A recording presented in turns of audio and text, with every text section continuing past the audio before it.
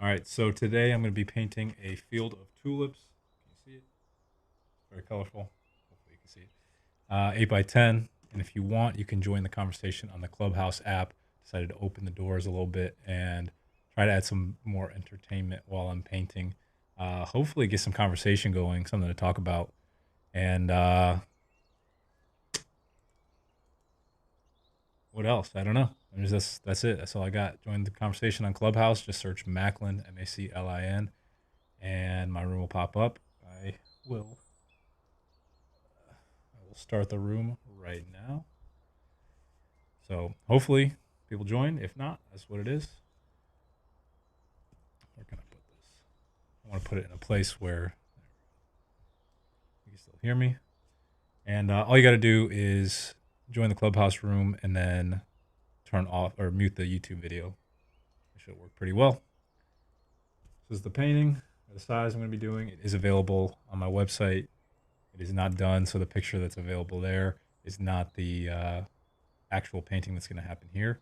That's yet to come. I'll probably change the picture once I'm finished here.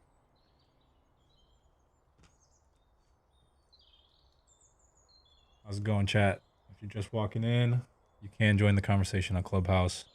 And I should get someone in here and then have a moderator. That'd be pretty cool. I made this booklet. I think this is pretty cool also. This is a watercolor booklet. I just glued the watercolors to inside of some chipboard, put some rings in it. Now I got this little book I can take places.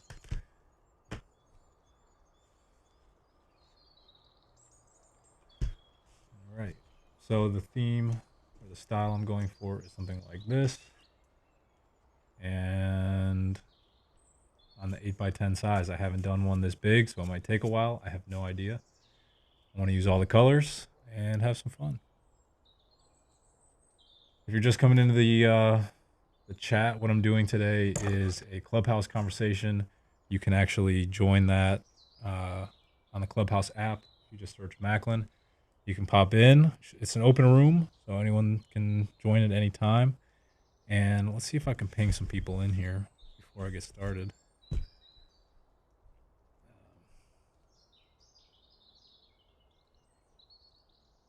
Not many people on. I don't think I follow that many people. We'll worry about that later. So yeah, join the Clubhouse app, join the Clubhouse room, whatever. We can have a conversation.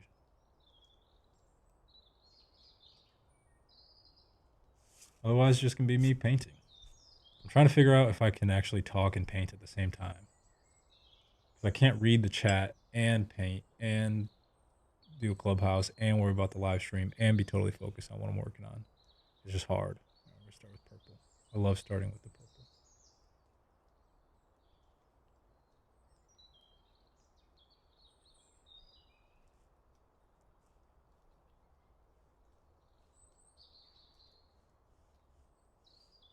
I think the larger paper is going to lead me to painting larger tulips, as I call them.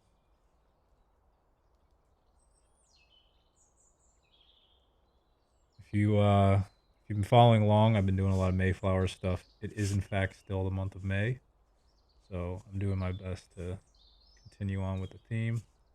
It's a big piece of paper. I'm going to be working on this for a while.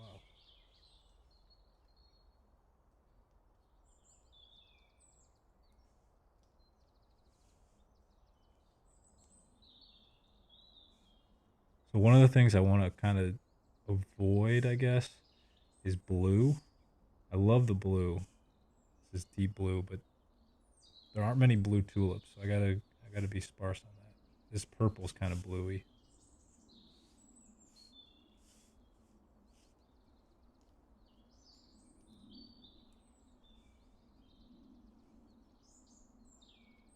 How's everybody doing today? Has anyone made anything creative?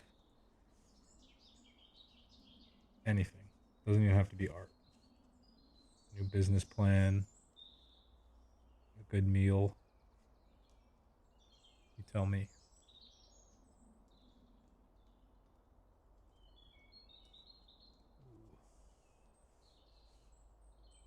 So one thing that's happened is my watercolors have kind of started to run together a little bit. And this purple has elements of red in it, elements of blue, which is kind of cool. Um, Making an online shop. Beautiful. What's it for? The next step of this is to add another color. But right now I'm just doing the purple. I'm kind of filling in the blanks as they need to be filled, as my mind is trying to make order of this blank space that has become slightly chaotic. I mean, there is a rhythm that I'm kind of creating. I could see a trend that's going like that right now.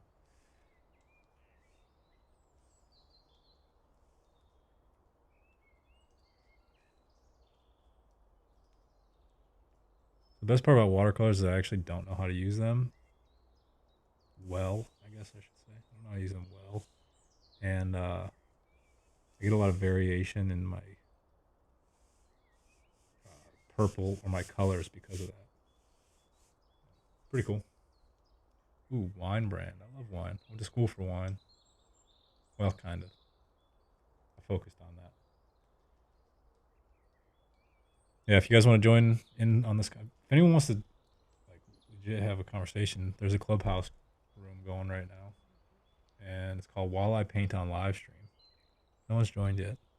Maybe someone will pop in.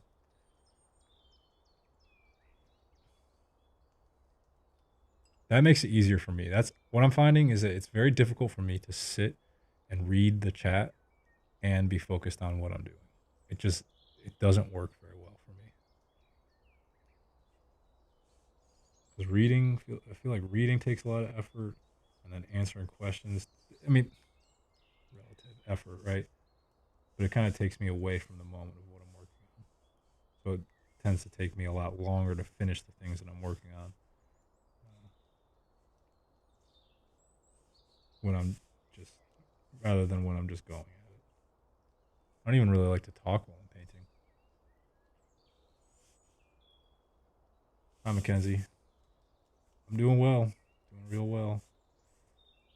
Just making some tulip fields.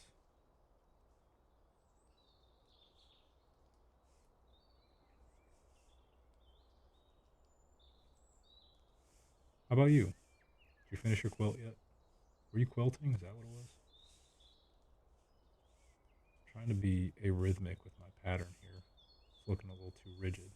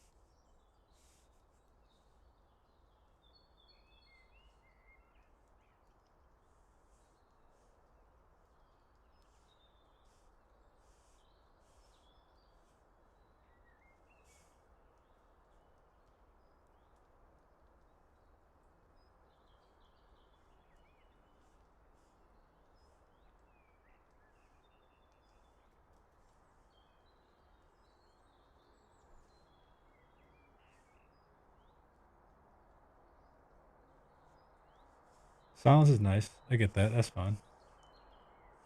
I do like the silence. Um, but I don't know. There we go. We got someone in the room. All right, let's see what he's got. Blockchain technologies. We got blockchain or what? Bitcoin conference in Miami.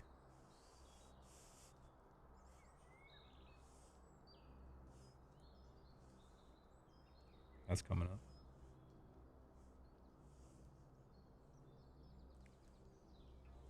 Ramin, how you doing? Good. Can you hear me all right? All right. I'm painting on my live stream right now. I don't know if you're where are you coming from? Did you join from the live stream? Okay, cool. So what I'm doing right now is I'm painting and it's live on YouTube, just so you know. And yeah, just figured I'd have a conversation out loud instead of what I typically do, which is sit in silence while I paint. Where are you coming from? Yeah, nice to meet you too. Where are you coming from?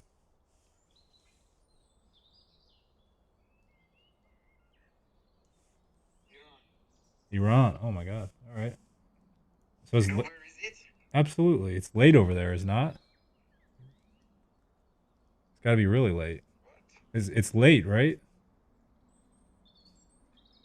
In the evening. Absolutely. So what do you do? I saw that you do cryptocurrency stuff. I'm from Cleveland, Ohio. So USA. Great place. LeBron James. Who said that in the background? Nice. He knows what's up.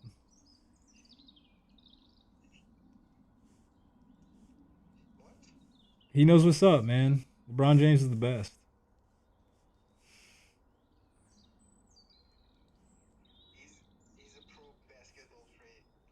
Absolutely. He's the best pro basketball player. Your friend's a pro basketball player? Oh, cool. Iranian pro basketball player? Wow, I didn't even know that existed. That's so interesting. Um,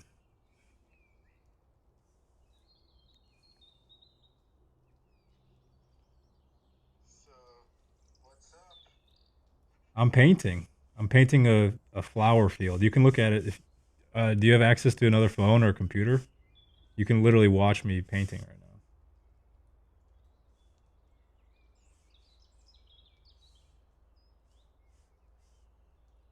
He left. Oh man.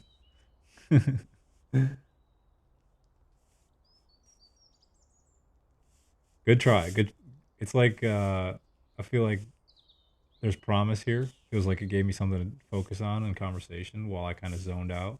I feel like those are when my best paintings happen, when I'm almost completely zoned out and focused on something else, and my body's just kind of doing the painting for me. So yeah, guys, if you want to join, there is a Clubhouse room going on right now. If you have the app, I don't know if it's still invite only. It might be. I probably should have put a link in the bio. But then if you're on your phone. I see.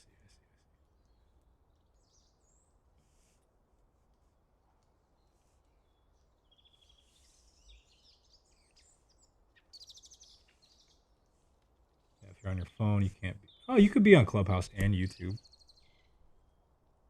but then you'd hear it double, wouldn't you?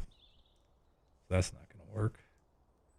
So you got to be on your computer and your phone. If you have both, you got to mute the YouTube so you can have the Clubhouse conversation, and then they're slightly delayed, so it look a little funny. Maybe not too bad. I'm trying new things. Oh, that's cool. I like that a lot.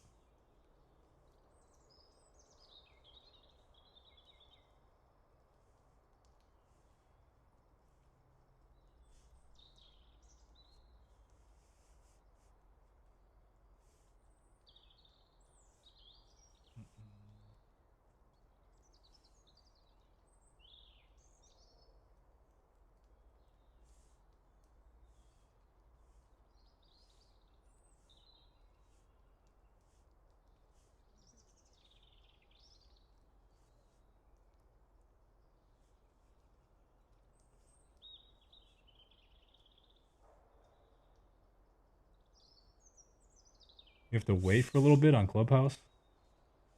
Can you explain? Oh, is it like waitlist only? They've been doing that. I know you have to like send out invites and stuff for some people, not or just to get people on the app. Definitely a unique strategy. A lot of apps are doing that these days. This is looking good. Looking good. All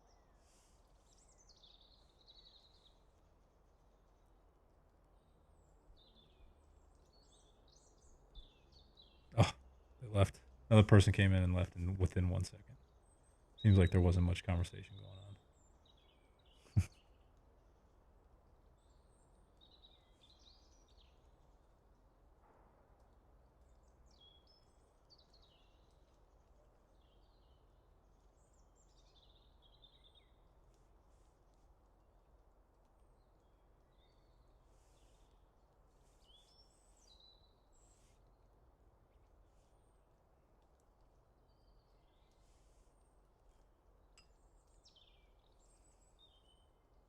It's coming together. It's looking real good.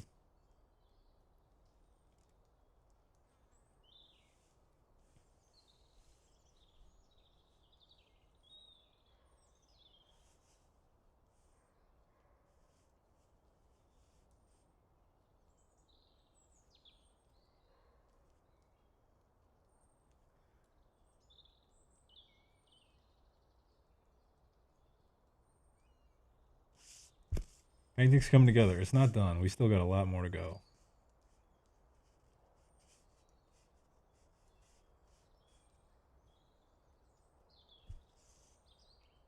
This is going to be a bookmark for someone.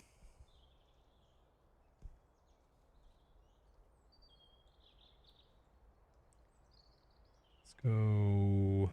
What do I usually go to next? I'll do orange next.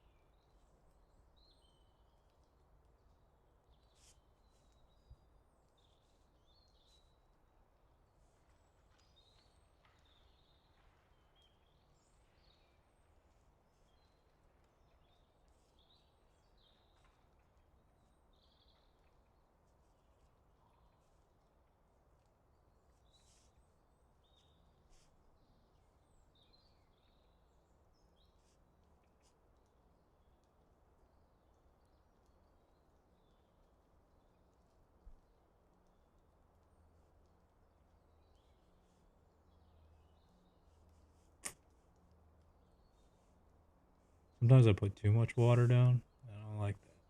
Or too much pigment. I gotta fix it. I finally figured out how to fix it. That's nice. I'm gonna become a master of watercolors. So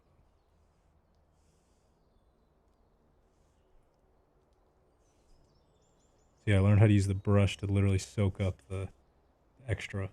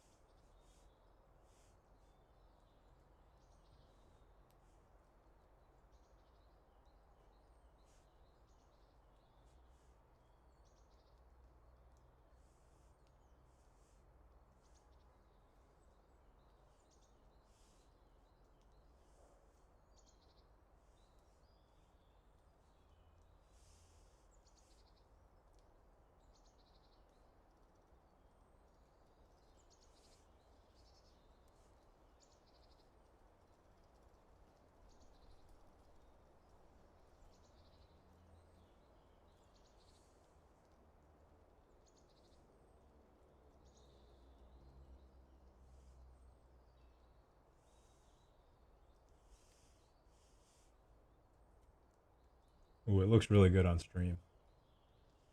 It looks cool in front of me too, but this looks really great.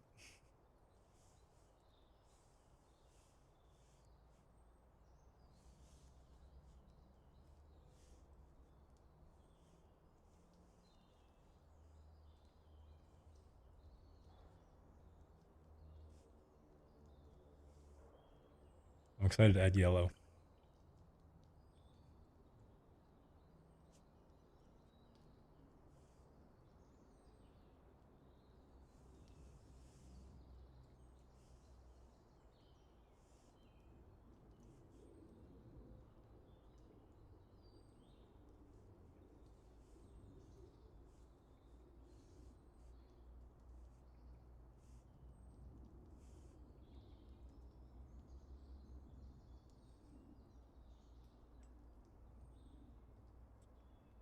And do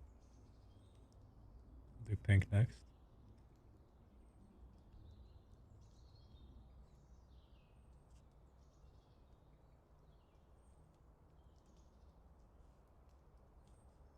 I think I'm gonna add the blue.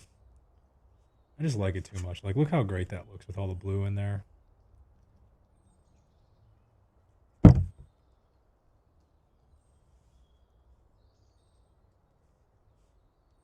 I know there aren't many blue tulips, but it kind of. I have one that looks similar to this right here. I just like the blue because it looks more beachy. It reminds me of the beach. I've been going to the beach a lot. That's great. We got great beaches here in Cleveland, believe it or not. Fresh water, cool breeze. What's better than that?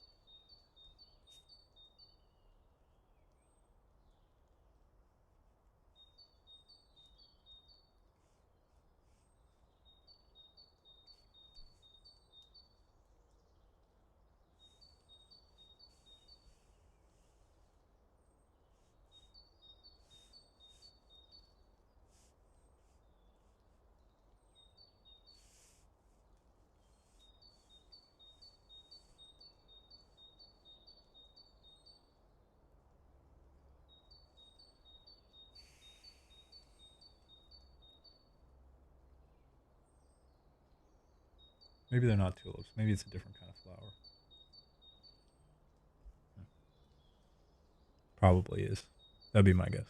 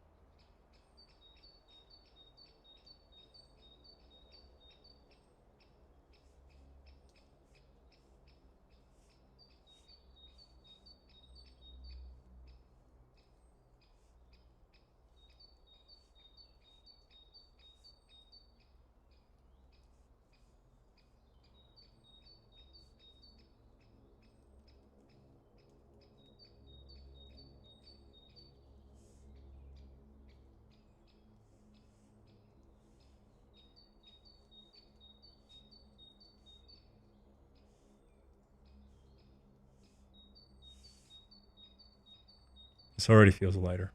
I love the blue. Should have added the blue to the other ones. Don't know why I didn't. Feels like confetti.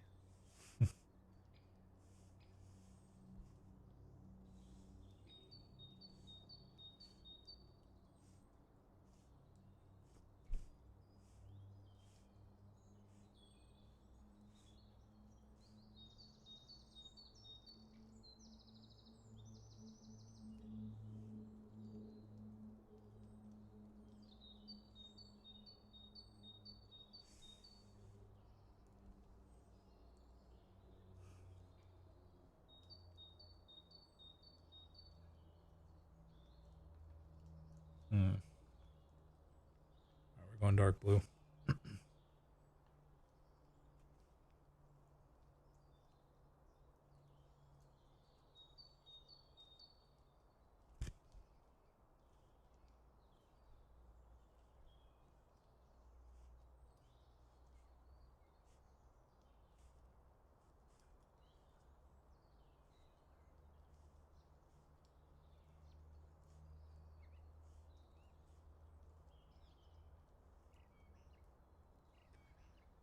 You guys ever heard of Tulip Mania? There was this time, I think it was in Europe, when the price of tulips all of a sudden became this massive speculative market. Everyone was crazed by, tulips, and they would literally just go buy a whole bunch of them, and it totally drove up the price of tulips. And then all of a sudden, the market crashed and everyone lost their money. Yeah, where did that happen? Did that happen in the Netherlands? I can't remember where it happened. The Tulip Mania was this massive thing. And yeah, like I said, it was this huge speculative market. And everybody poured their money into buying tulips because the price was just going up and up and up and up and up and up and up. And then the bottom fell out. And people realized that they were just buying plants, which are beautiful. I mean, don't get me wrong, beautiful plants. But ultimately, a tough investment. Tough investment to make. Makes me wonder if there's a correlation to cryptocurrency.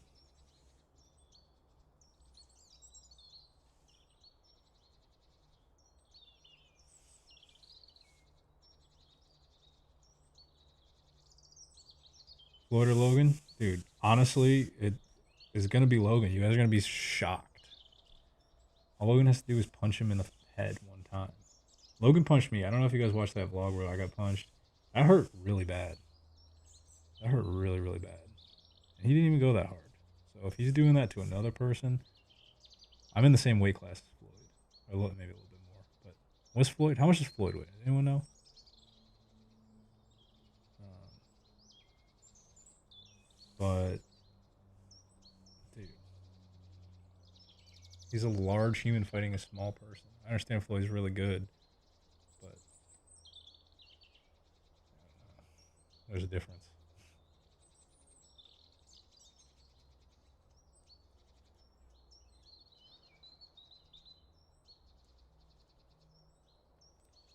Can't wait till I zoom in and show you guys all this, like the super close up stuff. Do I do yellow yet? Yellow is just so bright. It brings everything together. Did I already do that one?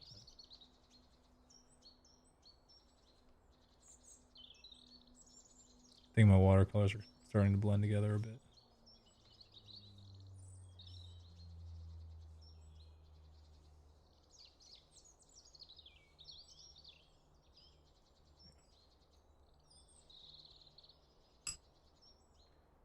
Let's do this orange.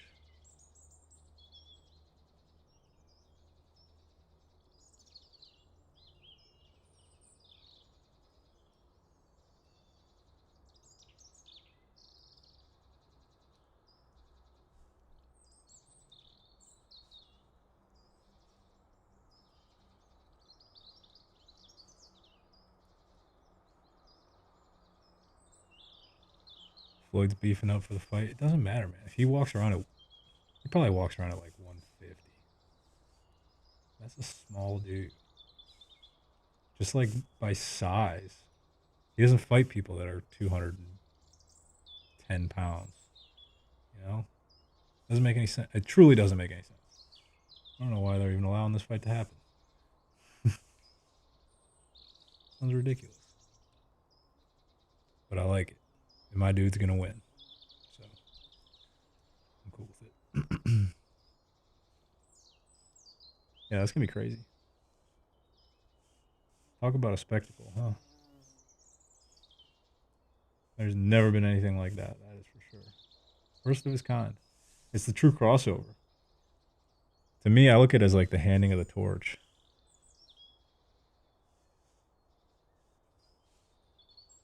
We all know boxing's been kind of low lately. Maybe we don't all know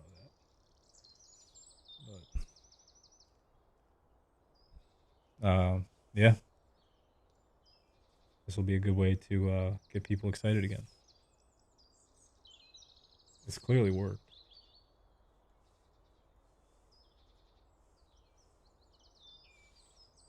I don't like this orange at all.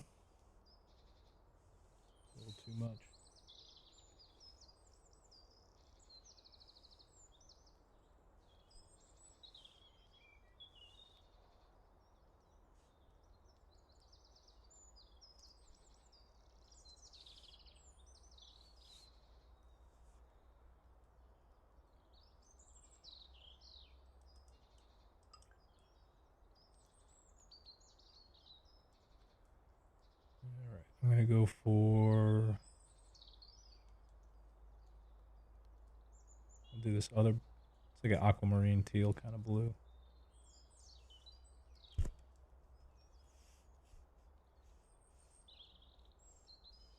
Yeah, I know Floyd fights defensively, but if Logan just goes at him for 6 rounds, if he's capable of just going at it for 6 rounds, it's over.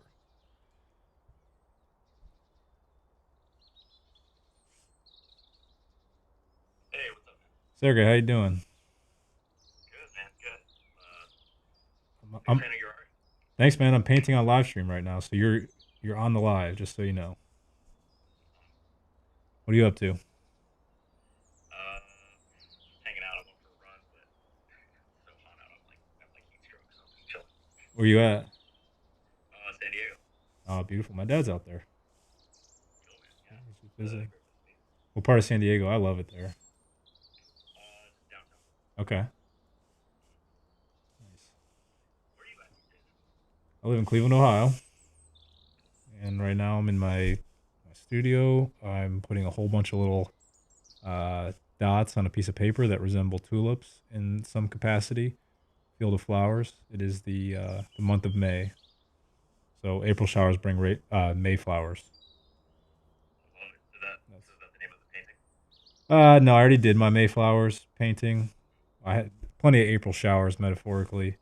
Um, but yeah, I'm just continuing with the theme of May being a month of flowers. We just had the flower moon yesterday, if you're familiar with that. That was the full moon. Apparently, it was called a flower moon. I don't know. Yeah, I didn't know that. But the moon did seem super big a couple nights ago. Oh yeah, Uh, yeah, so super definitely moon. noticed something. Well, there was a lunar eclipse yesterday. Oh, really? Yeah, Huh. I think it happened over Romania, maybe. I'm not sure. How I often do those happen? hmm, that's a good question. I would guess anywhere between 2 and 4 times a year. That's kind of my guess. I don't know. But I'm guessing like sometimes when it happens, it's like daytime, so you probably then can't see them. Yeah, and like you'll get a partial lunar eclipse somewhere, but then only certain places will get the total lunar eclipse. Got it. So you might not even notice it, but it did happen. The Earth was perfectly in between the sun and the moon, and couldn't see the moon. How cool would that That's be? crazy, man.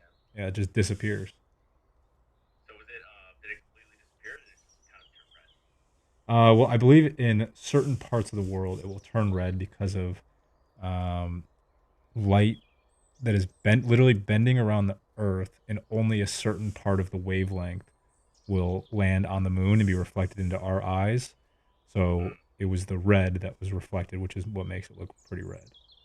got Um, it. So and is that why it's called the flower moon? I don't know why it's called the flower moon. Probably because it's just May, and people need something to make it sensationalized these days. So they gave it a name, Yeah. just like Everything gets a hurricanes. hashtag. Everything gets a hashtag. Everything gets a name. Yeah. Yeah. What do you do? So Tell me about yourself. Give me a little rundown. sure. Yeah. No. It was great to meet you on here, man. Yeah. I guess a little bit about me. I work for Google. Cool. Um, so been worked for them for a little over 2 years. Last year plus has been fully remote. So just took that time to kind of explore LA and ended up in San Diego. Okay. Um, so yeah, I just bought my What? first place. Just Congratulations. yeah. So settling in, just get excited for summer, and feel like there's a lot of pent up energy to like go out and have fun and like feel safe about it. So Yeah. Where'd you move from? uh, yeah, I moved from the Bay. Okay. Nice. Yeah. What kind of stuff are you doing at Google, if you're allowed to say? Sure. Yeah. I mean, it's a mix of coding and sort of like business development. So it's not like super secret or anything. Yeah. What I do, I'm like on the shopping team. Like Google has like shopping and ads for shopping and stuff. So, Yeah. but yeah, been there 2 years and it's been great. I think like having the flexibility, like not getting super affected by COVID was just a blessing, I guess. Like being in that position. So Work from home a lot. yeah, exactly. So like a lot of people who like just couldn't go to work, like our transition was pretty easy. Yeah, not that damaging. So, but yeah, man, I don't know. I also, like some of my hobbies, like I've been making videos. I don't know if you remember a guy named Eric. Oh, I know Eric. Yeah. So I don't know if you heard about his Creator Now Academy. Yes, I sure have. It's awesome. Yeah. No, dude, it has been. So I'm actually enrolled in their like first cohort. Okay. And it's been a lot of fun, man. We just did a crazy collab. Some guys flew out from Orlando. Um, we dropped one of them at the border, and his goal was to kind of like find his way back, I guess. Wow. Oh, like Tijuana area? Well, we were on this side of the fence, but Well, close to there, because I know. close to there. Yeah, yeah, yeah. Yeah. Awesome. Yeah, man, it's been a lot of fun, man. So So you're yeah. trying to do video creation, content creation? Yeah, it's been a fun hobby. I know a lot of the guys on there are like, want to get to a million subscribers and all that, and Yeah. I think that's cool. Like, go for them, more power to them. I see it more as like a hobby Sure. for now. I think there's a lot of like downsides that come with fame and clout and stuff, but There sure well, are. Yeah. Can't go So, anywhere. Everyone recognizes you. right? Yeah, and I don't know. How'd you deal with it, man? Because you were kind of in that world. Well, I guess in what regard? When like going out and people seeing me, or what? I mean, like, well, right now you're painting and you're kind of, I guess, on your own as far as I know. Yeah. And I know you were like working with Logan Paul and stuff before. Mike and everyone in the house, right? Yeah. Yeah, just curious about that experience. I mean, I don't know how much you feel comfortable, I guess, sharing, because I know Sure. it's like sensitive, obviously. But yeah, just curious, man, because I've been following you guys for a few years, and it's crazy to actually get to talk to someone you follow, and like know stuff about, but never spoke to. But you never met them yet. Well, that part's the weirdest part, right? Like people know a lot about you, or at least maybe they think they know a lot about you, even though it's probably 95% assumptions, and the other 5% is what I've shown you. But living in the house or living in a place like that in general is very interesting. I've actually been doing a lot of reflecting on that lately, and how interesting it is to be around a lot of creative people that are their primary goal is to be creating, because what it does is it kind of like what you're probably experiencing with the Creator Now thing is it forces you into creation.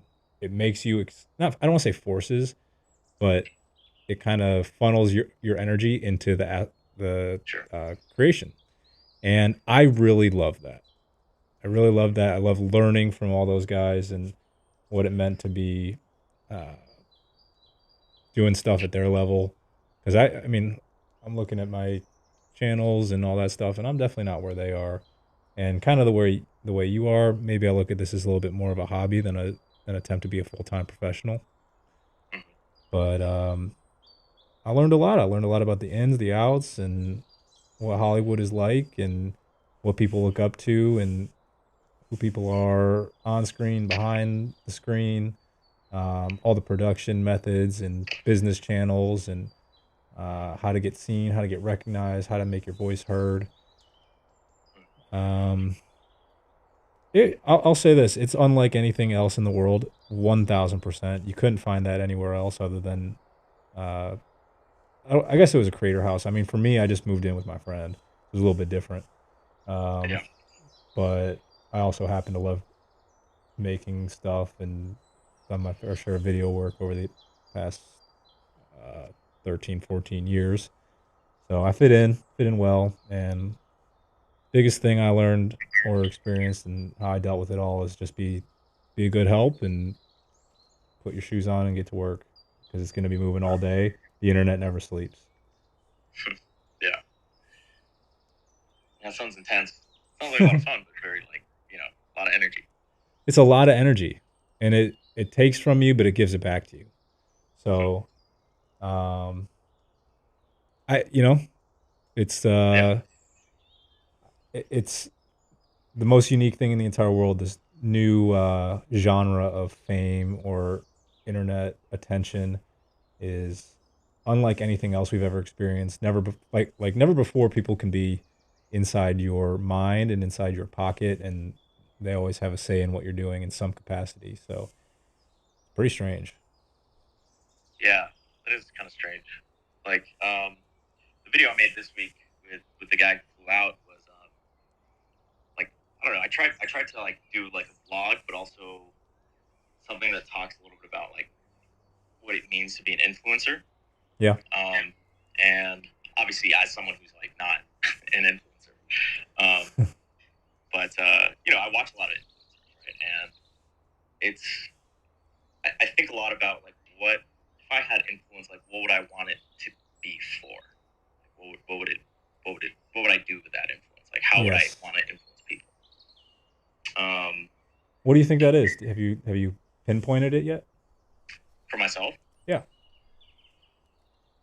I don't know. I mean, that was kind of the goal of the video. It was it was like trying to figure out, I guess, like let's say my goal was to like spread good or something, right? Sure. Well, what might be good for me is not good for someone else. Like I guess there's a lot of ways that it might be better if I didn't have influence. Like Yep. yeah, as weird as that sounds. So it's kind of I'm on the same you page know as you. A lot of people take what influencers say as dogmatic beliefs. If, oh well, this person said it is, and this is how it worked for them. yeah, It's gonna work for me that way, or I got to go on this diet because this person I really look up to does it this way. When in yeah, reality, that information might not suit you at all. It might actually hurt you more than it helps you. sure. But I mean, also just like I guess giving you like a goal to aspire to. So like I don't know if my life is something that other people should like take as an example. Like just I guess straight up. Yeah. Um, because I just think there's like so many like nuances to it that A, it's kind of unique, but also B, like I got a lot of flaws and like I've had a lot of help along the way. So it's not like, hey, I'm this like self-made thing, or like, hey, I have all these great ideas, listen to me. Totally. Like, yeah, so but here's the weird thing is like I think there's a lot of people who don't post that often, who I think have a lot of great insights, who I think feel that same way. And there's a lot of people who don't like think about it. They're just like, yeah, I just want clout. I just want this, that have really loud voices. And it's, Mhm. I don't know, it's kind of like, I guess, sad to see. You know that Kendrick? I think it's on "Damn," the Kendrick album "Damn," when he says, Yeah. "You're misusing your influence. You're conflicted." I don't know the rest of the words, but he just talks about misusing your influence, and that's the theme that keeps popping up, or Mm. the what's it called in piano? You know what I'm talking about when you use something The motif, chorus. the motif. Yeah. The motif that keeps popping up through that album is you are misusing your influence. So perhaps it's a message to all these people that are famous that are promoting the wrong thing to maybe take stock of what they're actually kind of announcing to the world through their artistry or through their influence, of course, with their work, and to really rein it in and find out exactly the question you just asked. Sure. What am I supposed to promote? Yeah. Because it can be dangerous. It can definitely be dangerous. But it can also be extremely beneficial and get people excited and encouraged to go do something beautiful. Mine is I try to make people go create stuff every day. Just make Mm. one thing. It could be the dumbest thing in the world. You could draw on a piece of paper. Sure. But as long as you did something, you exercise that muscle, and perhaps if you're a creative person, you've gotten closer to your goal of creating more things. Mm. Dude, I like that. I Yeah. think, dude, you'd be a great guest speaker for the Creator Now guys. And I promise I wasn't sent in here to recruit or anything. No, totally. I just Well, think, yeah, dude, you got a great mind for this stuff. And, I think a lot of guys would benefit from hearing about your experience. I'd love to talk about it. I know Hayden pretty. Was Hayden Hillier Smith on there? I'm pretty sure he was. I don't know if Yeah, he's like a part of it. Yeah, he was a guest speaker once, and I think he's doing a second one, like in a few days probably. But yeah, man, it was it's been cool so far. Everyone's like, it's cool, kind of like you said, peeling back the curtain and seeing like what stuff's like the sacrifices and the hours and all that. Yes. So yeah, it's Not as wild. easy as it looks. Not at all.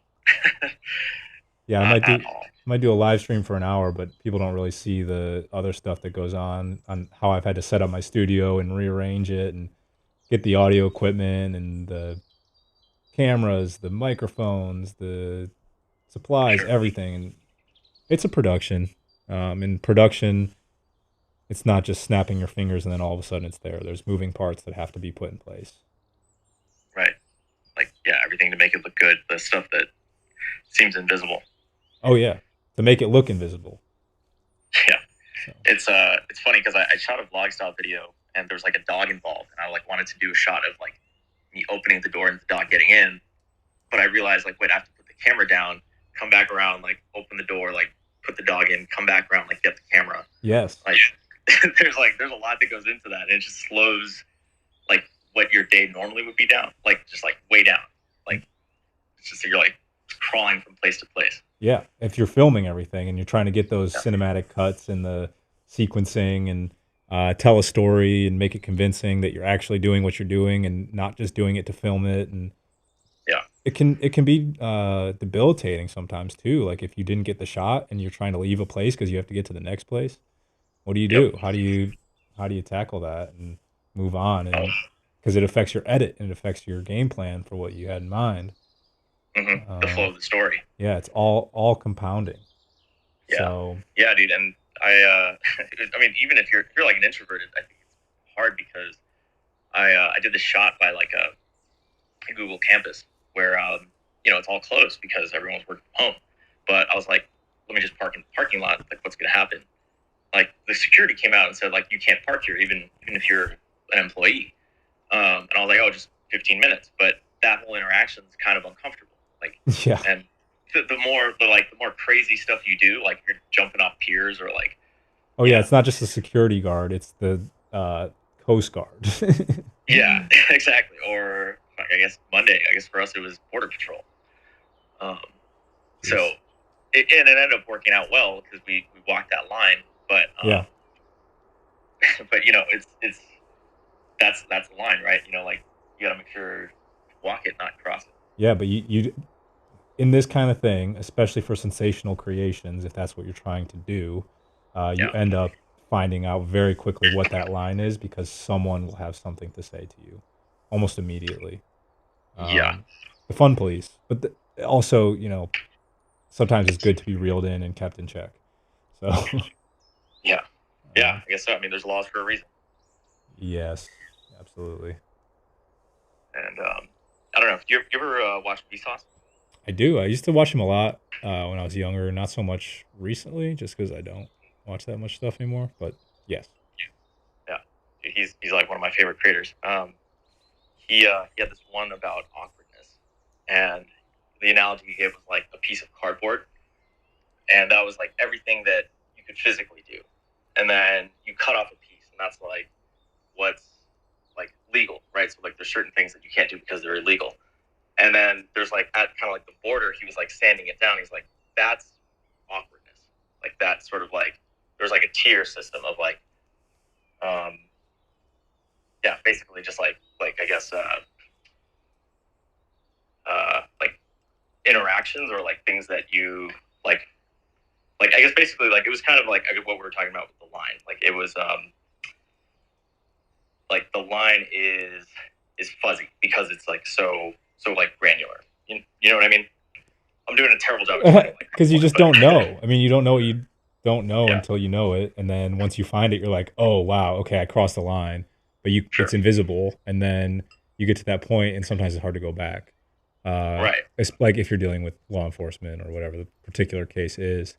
Awkwardness. I mean, that's like, who knows? Like different people have different boundaries. Like what's awkward versus like what's a really bad like social blunder. Like what's something that's like worthy of being canceled over, and what's something that's like a misunderstanding. Oh, totally. And a lot of people have different interpretations of all of that because everyone has different. Are you familiar with the personality types, the Myers-Briggs personality types? Yep. Big fan of that. I think that has given me a lot of information on myself. Just recently, I took that. That was important to kind of self-discovery. What was your thing? If you don't mind me asking.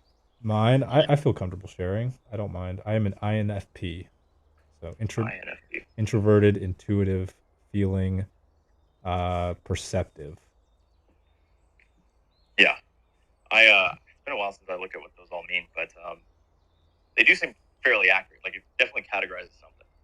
Yeah, it kind of gives you at least a better understanding of how you approach the world and an outside eye on yourself. Which, if you can hold the mirror to yourself and actually look at who you are, or look at your, uh, how you're, what's the word, how you might appear to someone else, then you have Yeah. a better understanding, and then you can kind of approach the world with more open eyes and open arms and respect and create your own boundaries as you go. So the awkwardness thing is, like I said, everyone has different boundaries. Everyone has different ideas of what's acceptable. And we live in a weird place now where if you're putting everything on camera, everyone gets a chance to have their opinion. Yeah. And geez, you never know what someone's going to say about it. So you got Mm-hmm. you keep going until you toe the line perfectly, and then hope you get the right answer. And Yeah. which is Yeah. It sounds a like lot of risky views. business.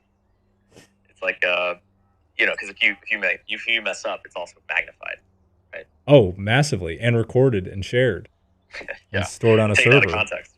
You probably know a lot about server storage on perhaps a Google platform named YouTube. Yeah. It's yeah, right. It's I mean it's crazy like to just think about like the infrastructure that makes this all happen. Like this whole culture runs on like physical systems. Like there's computers behind like everything, like the algorithm and like storing the videos, making sure that they're available worldwide 24/7.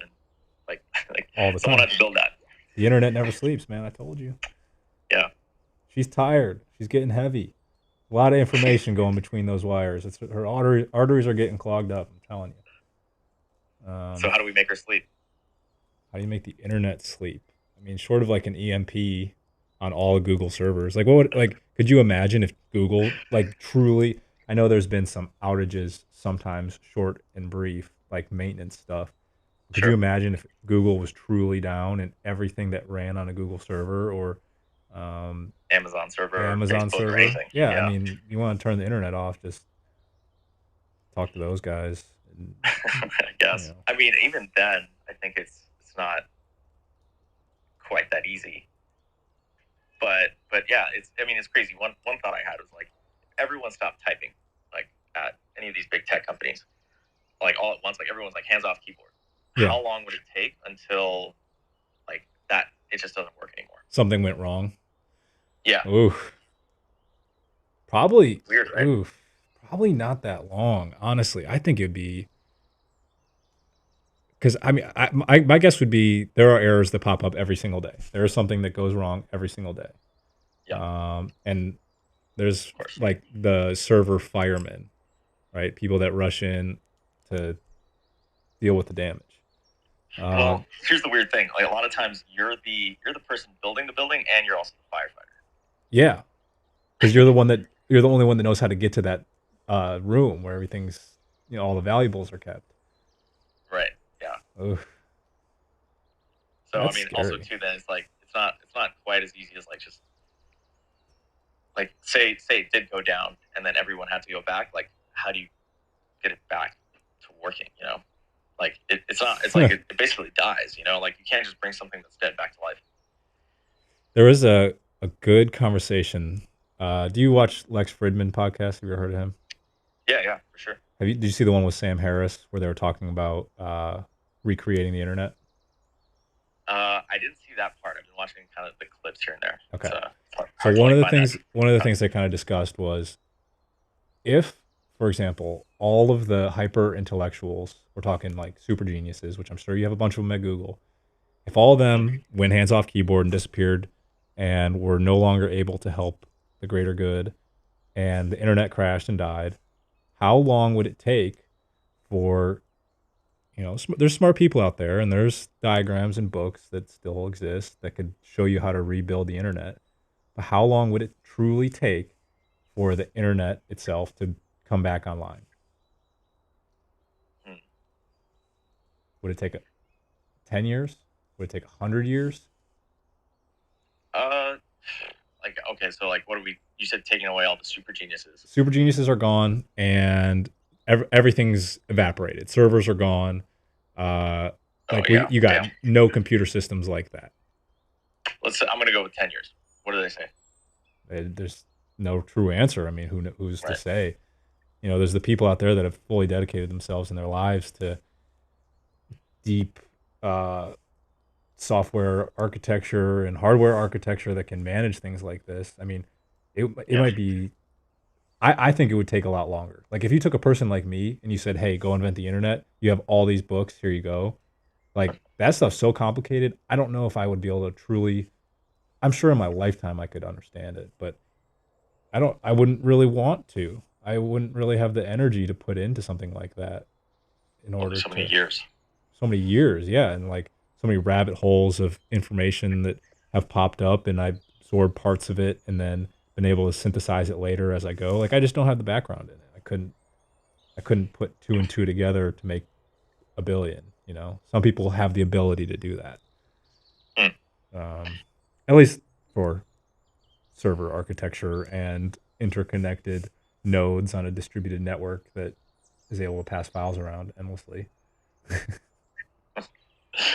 Yeah, that's crazy. So definitely something to think about. Dude, you're blowing my mind. This is great. Dude, you think about all this stuff like how often do you think about this kind of stuff? I'm endlessly thinking. I've pretty much never stopped thinking since I was born. Wow. I mean, who knows? Who knows when I truly became conscious? But I such a literal way of like answering that question. Yeah, I definitely. I mean, I'm constantly inventing things. I think I might be selling myself short on my live stream sometimes. There's other things that I do in my days that a lot of people wouldn't expect or understand. Just deep patterns of thinking that I'm really trying to unearth some stuff here that's not really been figured out yet. So I'm on a deep intellectual and philosophical journey, to say the least. No pressure. I mean, if I don't figure it out, I don't figure it out. But if I do, I get some cool answers and I get to share that I call it hyper intellectual information. Just certain things that I mean I don't want to talk about it right now, but yeah, I guess the short of it is yes, I do think about these things all the time. I think about speciation, evolution, and why this like obviously we have Darwin and why he's doing his or why he figured out his thing, and I endlessly seek through biology and our modern internet world and how the biology is being inundated by this technical super bloom that has become so deeply ingrained in us so quickly, and we kind of have no recourse for that. Yeah, there's no going back. No, we couldn't. We couldn't possibly go back. And that's the most, I think, I'm telling you, that's like the most terrifying thing to me is that there's just no going back. Which is why I kind of want to try. I want to step away from my cell phone for a bit, see what happens. Yeah, makes a lot of sense. It's, if I understand you correctly, I think I agree. Like, there's this book I read a long time ago called Accelerando. You heard of it? I have not. It's basically like, what if you took that line of thinking and then kind of just projected it into the future? And so I don't know if you want to hear like spoilers for it, but talk about it. I'll read it if nothing really spoils anything. You can still get to the core of the story. Yeah, All right. I guess like people who go to Mars, right? Like what kind of people will they be, right? And they're going to be kind of cut off and, like you said, speciation. Like they'll be the best and the brightest. So we're like kind of like mining the bravest. And the bravest. The dumbest and the bravest. So they're going to fit some kind of like profile. Yes. Right. So there's going to be some kind of bias, I guess. And, when we talk, you said like, okay, what would happen if all the geniuses disappeared, right? Yeah. In a sense, you're mining the earth, like for its like best people.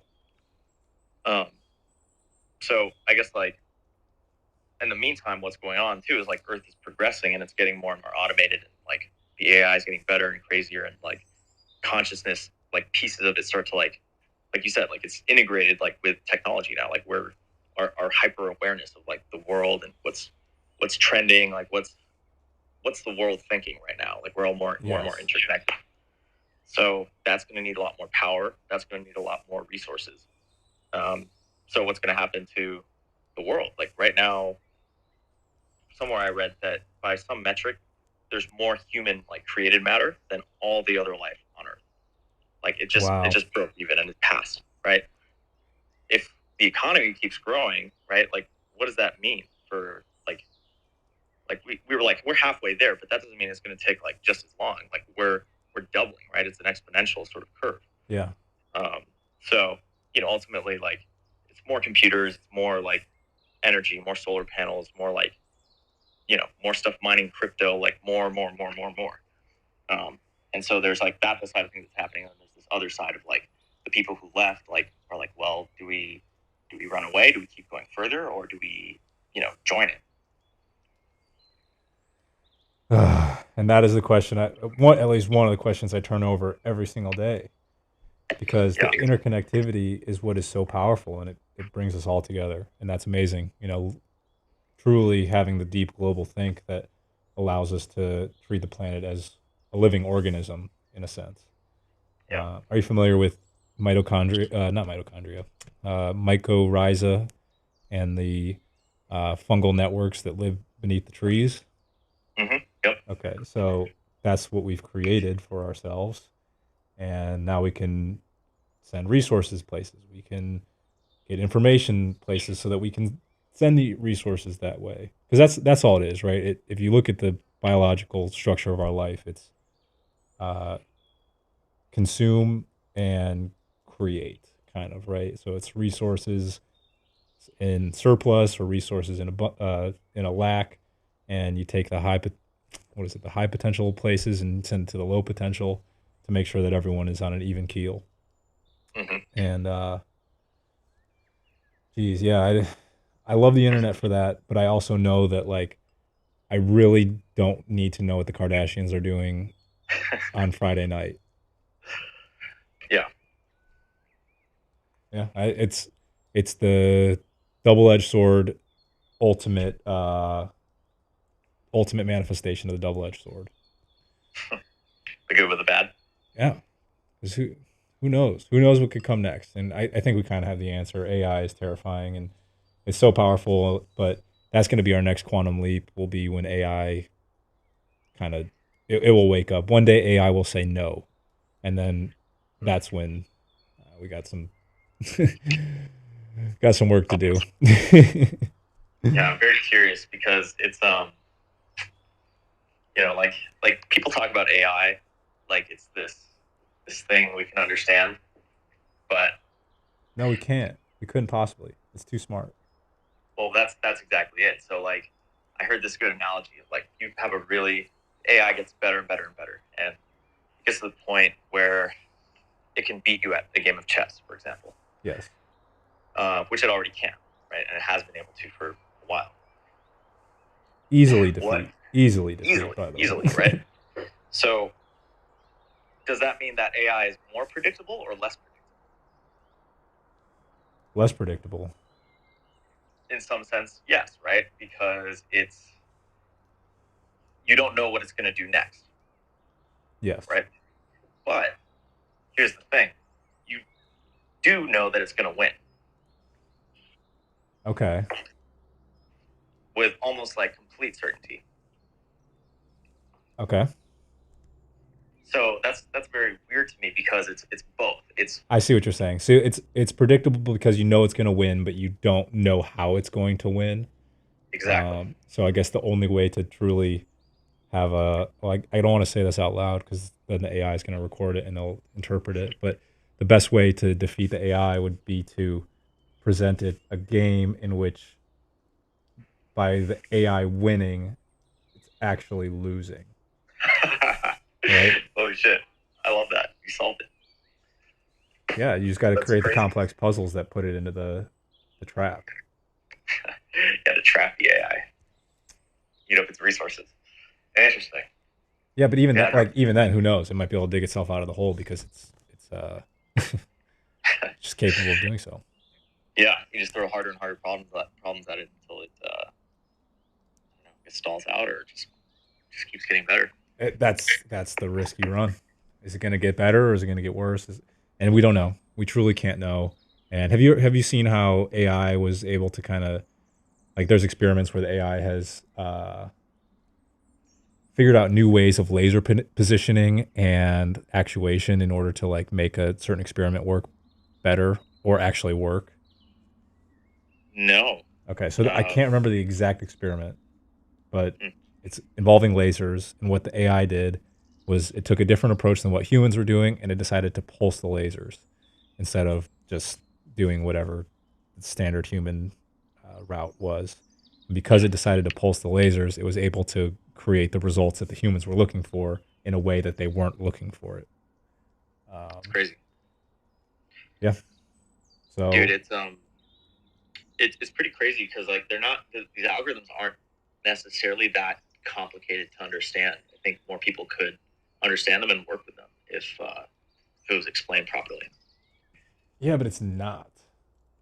It's like not. I think that's a communication issue though. Like, and that's kind of what the internet I think is great for because like there's like people like Vsauce and you know people who can break it down and express the idea. And it sounds like you have a really good knack for it actually. Like you're a pretty clear communicator. Well, I spent a long time learning how to talk, so yeah.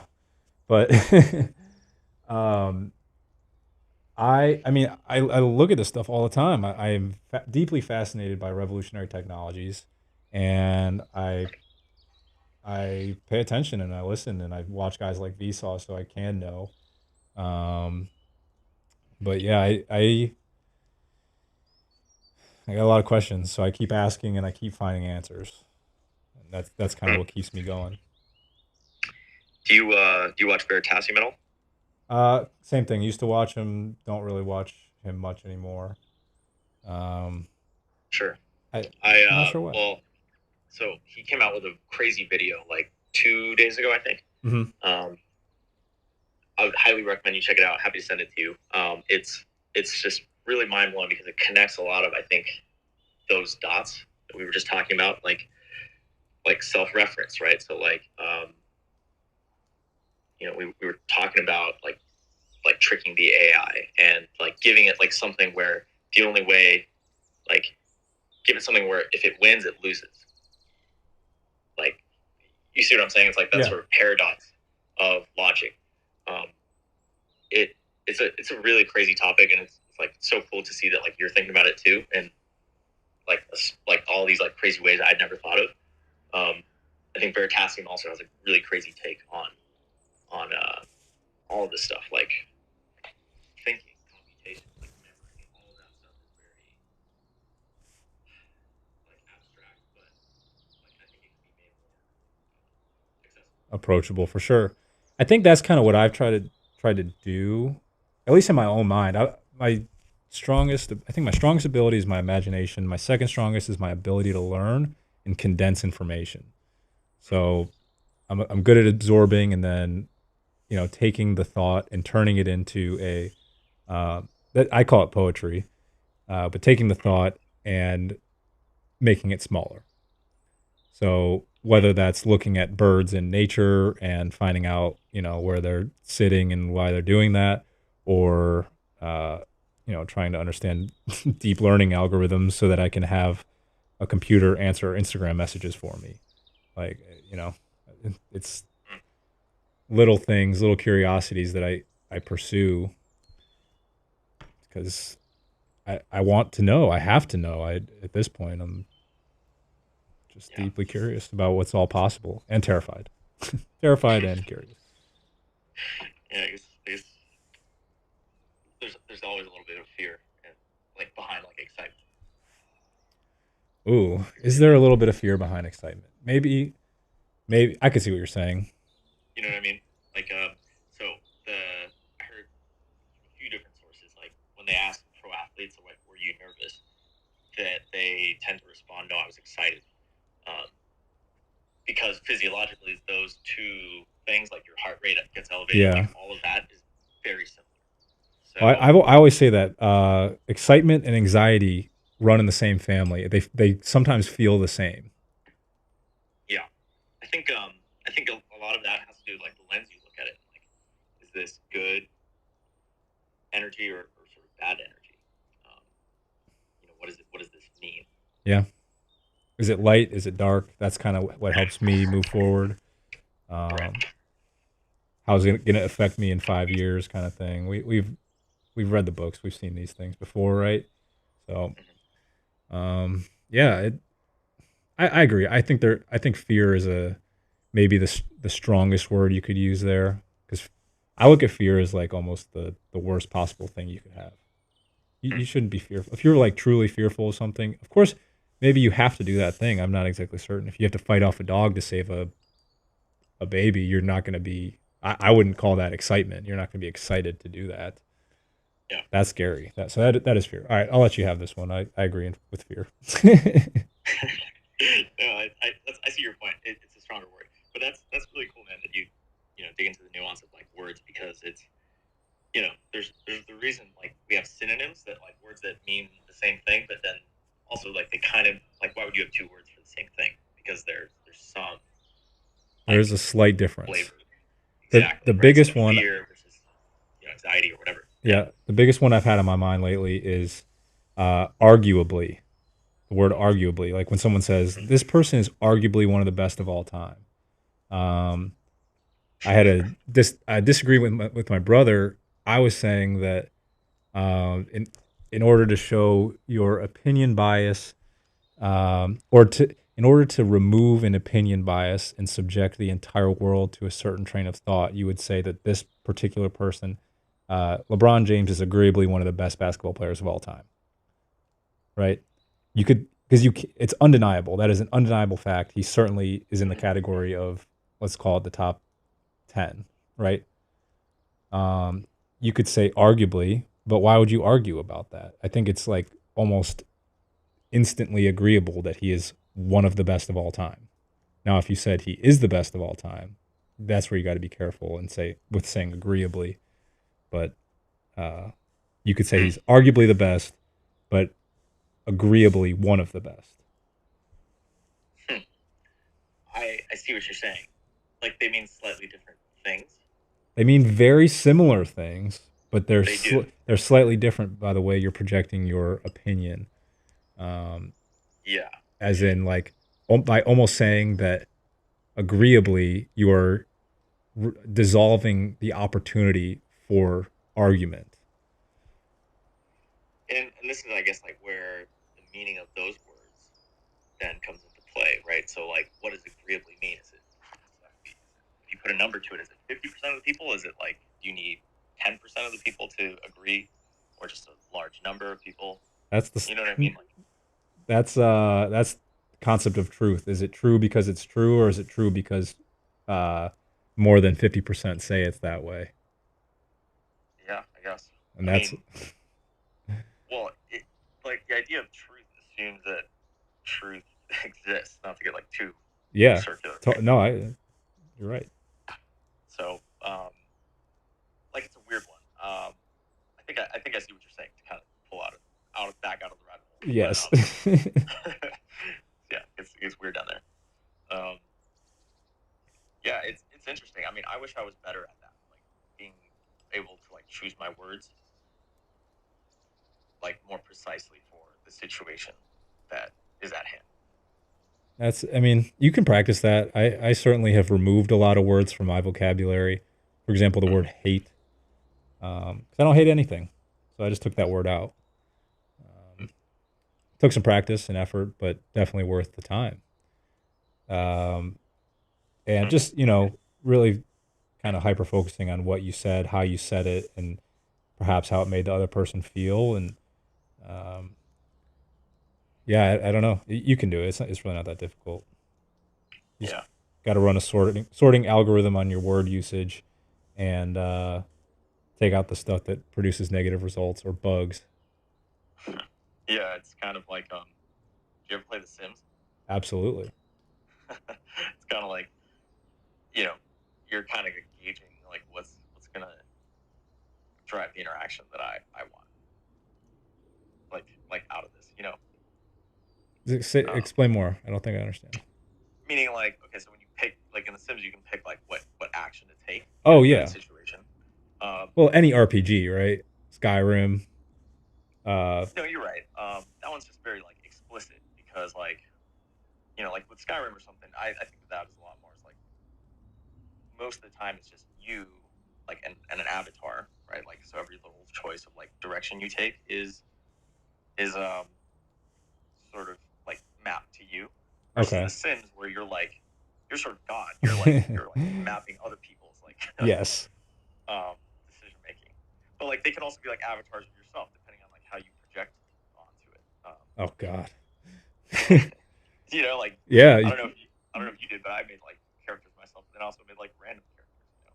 Yeah. Well, because it's dude, The Sims is one of the wildest experiments ever, and I Yeah. think it's very strange to have that top-down view on watching people live their lives from a accelerated viewpoint. I mean, the days in Sims are pretty short, so you get Right. to watch, sped up 24 hours, and then in a sense, you get to have a uh, out of body experience on your own life if you are able to take those learning lessons from The Sims and then put them in your own. Ugh, yeah. That's the stuff that technology has kind of like given us the ability to see, and that's why Yeah. it's so amazing to have that out of body experience, for lack of a better word. And it's amazing, and also, where is it going to push us? What's it going to take us to? It makes me think of Rick and Morty. You Seen a seen few clips of? episodes. I'm not too caught up, but I know. Oh man, there's this one episode with this game. It's called Roy, Uh huh. and you like basically live out this person's life, but like it feels like the game starts by like you basically like you put on a helmet, like you wake up from a dream, thinking that your life that you were in, like the real life, was a dream, and then your brain is like tricked into thinking like you're this person, and like you make choices, and like it just like kind of skips ahead, like you see the kid looking at the football, and then it's like next scene, like instantly, is like he's playing football. Um, and so like the whole game is like a few minutes, but feels like a lifetime. Wow. Yeah, like super trippy. I gotta watch that one. Yeah, Have you but that seen? was like the funny thing was like that was just not even like a central point. That was just like a side plot, like that just happened for a few minutes. Dude, it's Yeah, the little gems like that are, so philosophically deep and explain so much that it's totally possible the creators didn't even know they were really doing that, and then you're able to take what you took from it, and it's like, oh, just next level. Have you seen the Midnight Gospel? I'm not. Okay, that would be the next show you got to watch. Midnight Gospel. It's by Duncan Trussell. It's an animated show, very psychedelic, but also one of the most interesting pieces of television I've ever seen. Yeah, okay. Yeah, I'll check it out. Midnight Gospel. Yep, great. What was that book you recommended? Accelerando. Accelerando. Yep, great book. And one other book that really transformed my thinking was called The Information. The Information by James Gleek. Okay. Would you mind sending me a message on either Instagram or Twitter with both of those, Yeah, and send your address, because the painting I painted this small little piece. Um, I'm going to cut it in half and make a bookmark out of it. So if you read, which clearly you do because you talk about books, I will send you this in the mail. It'll cost 50 cents, so I will afford that for you. dude, I really appreciate it. That was awesome. Yeah, no problem. Yeah, I'll have to find a good grade for it, or a good book for it, maybe even better. Yep, I would recommend. I'm reading a book right now called the highly sensitive person. So it's for Okay. people who are more like me, where uh, you don't like loud places, you don't like overstimulating environments, and prefer to be kind of away from all of the things because it's just too dang much. Um, Mm-hmm. so interesting. I don't know if you'd like it. It's pretty technical. It's a little dry, but I Sure. do Yeah, I'll enjoy it. definitely check it out. Yeah, Yep. it sounds awesome. Sounds you remind me a little bit actually of my cousin. He's the same way in that he's like very thoughtful, but also like kind of private, kind of like doesn't, you know, he like he talks to me a lot about just like moving out to a ranch and just like living like the simple life. Yep. But then he's also like really good at so many other things that it's kind of like you know, there's a lot of good you could do in the world also. So Yep. I constantly battle that. Like, do I just take myself away from everything, or do I stay with it and do my best to help out? And right now, I'm looking for the balance of how I can do both. And you know what really helps? The internet. there's that self-reference. There it is. All right. Well, Sergey, been a pleasure talking to you. Pleasure's all mine. Thanks for hopping on. Totally random. Did not expect that. And great conversation. Yeah, just send me a message and I'll send this over to you. Awesome. Appreciate it. Thanks, Yeah. Mac. Have a great day. Bye. Peace. That was pretty interesting. I don't know. I have not had a Clubhouse conversation with someone yet. And that turned into almost a podcast. Pretty impressed. I came out with this beautiful painting. Very proud of it. Can you see it? Hope you can see it. Very colorful. Let me put the camera back on it. This is Field of Tulips. I think it'll actually go better this way. It's a little more vertical, more ascending. And it is available on my website if anyone's interested in purchasing that. The link is in the description. But yeah, thanks for coming by. I will not be live this weekend, but next week I'll do some more stuff. I'm really enjoying this painting style, and